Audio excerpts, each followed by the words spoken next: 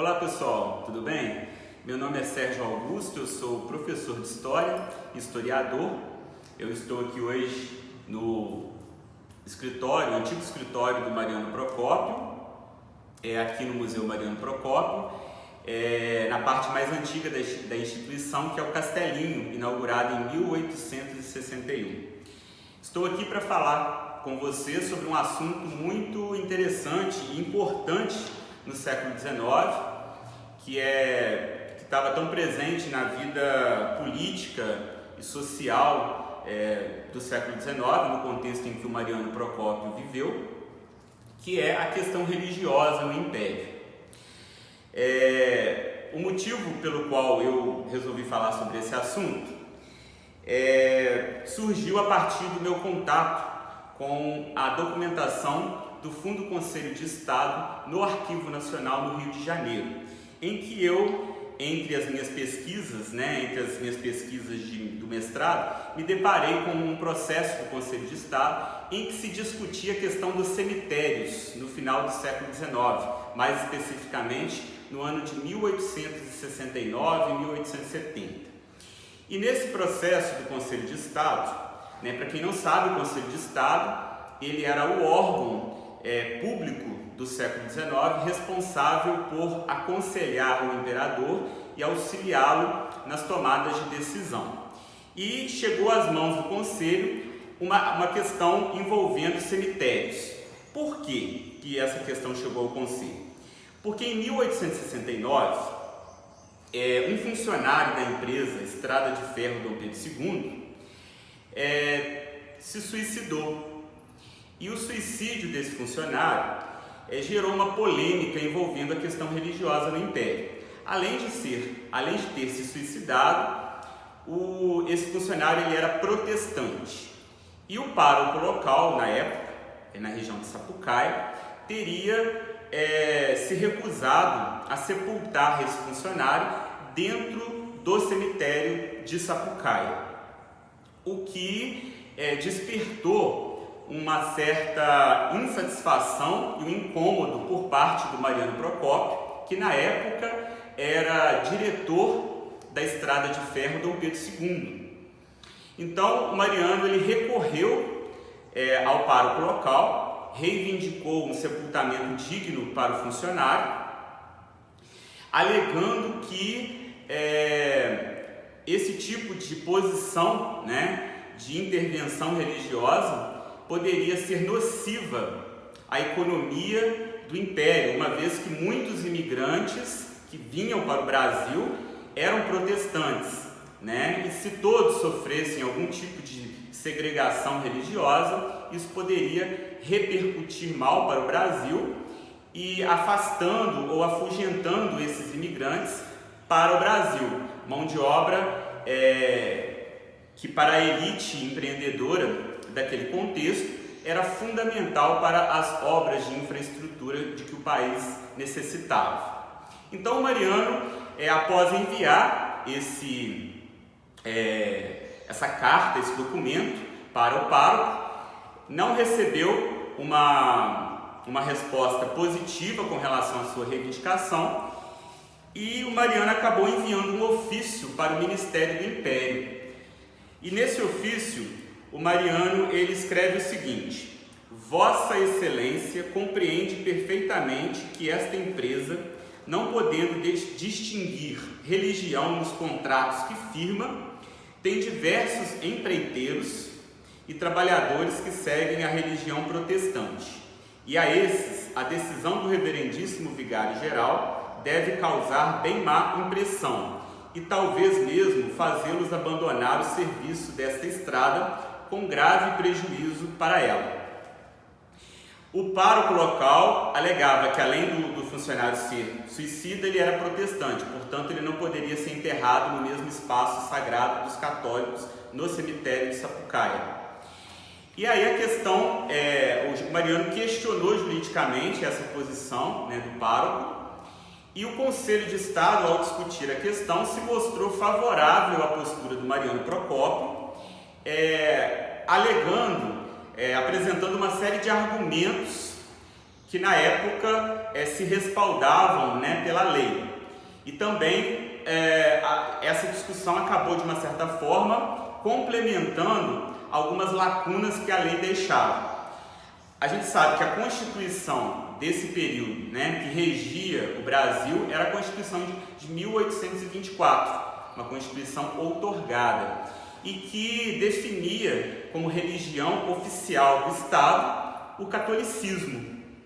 né? E essa união entre igreja e Estado durante o Império, ela não se deu de maneira completamente harmônica. Houve vários conflitos ao longo desse período, né, ao longo do século XIX,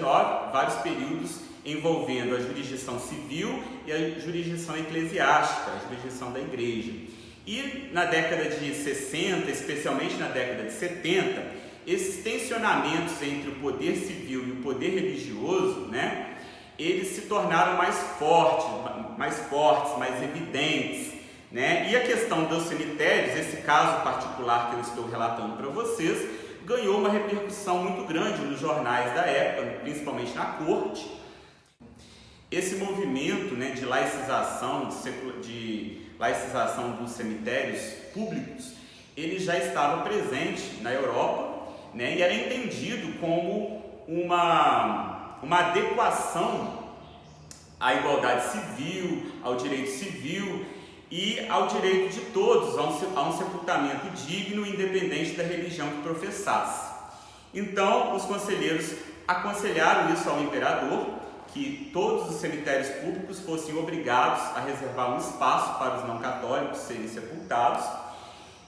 utilizando os seguintes argumentos. Primeiramente, a questão civilizatória, ou seja, o Brasil precisava demonstrar para o mundo, né,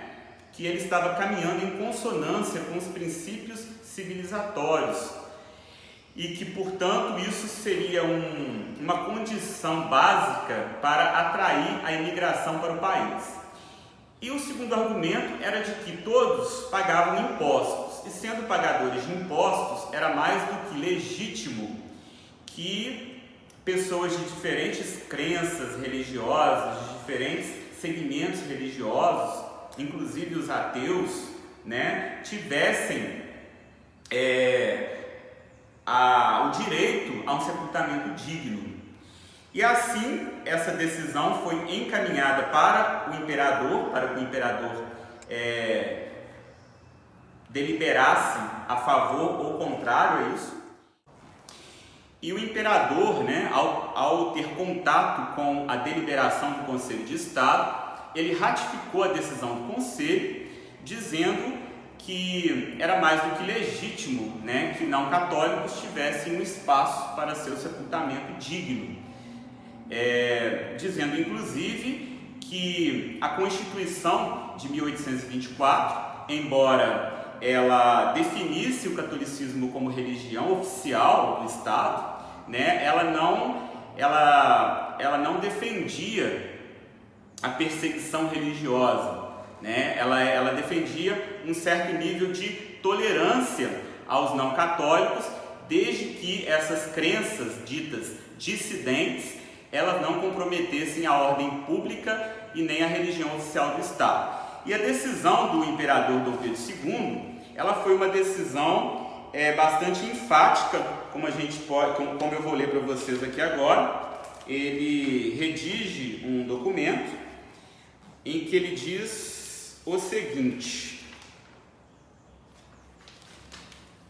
recomende-se aos reverendos bispos que mandem proceder às solenidades da igreja nos cemitérios públicos, cuja área toda estiver benta, para que nelas haja espaço em que possam enterrar-se aqueles a quem a mesma igreja não concede sepultura em sagrado, e aos presidentes de província que providenciem para que os cemitérios que de agora em diante se estabelecerem se reserve sempre para o mesmo fim o espaço necessário. Assim redigiu o imperador a sua posição favorável à decisão do conselho. E aí o Mariano Procópio, né, que tomou essa decisão de reivindicar esse direito, né, de sepultamento aos não católicos, com o objetivo de não obstaculizar e afugentar os imigrantes que vinham para o Brasil, né? Essa decisão do Mariano de reivindicar esse direito acabou se tornando uma discussão de nível nacional e, portanto, ratificando a necessidade de que o sepultamento amplo a todas as crenças religiosas se tornasse uma lei pautada no direito de igualdade civil e de liberdade religiosa, uma vez que a Constituição de 1824 propugnava a liberdade de consciência como um dos direitos fundamentais a uma monarquia constitucional e de caráter liberal. E essa discussão, né, que certamente não foi a única envolvendo a questão religiosa no Brasil do século XIX, ela foi uma questão importante para se pensar a relação entre jurisdição civil e eclesiástica no Brasil.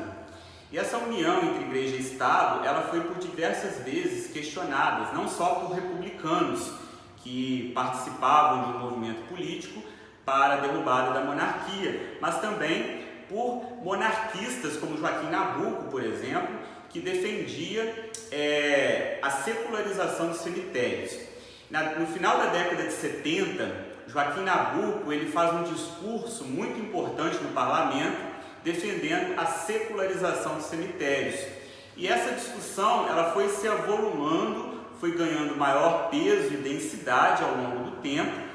de modo que, com a proclamação da República em 1889 e a posterior elaboração de uma nova Constituição, que é a Constituição de 1891, a separação entre Igreja e Estado, ela ocorreu de maneira formal e bastante enfática e bastante clara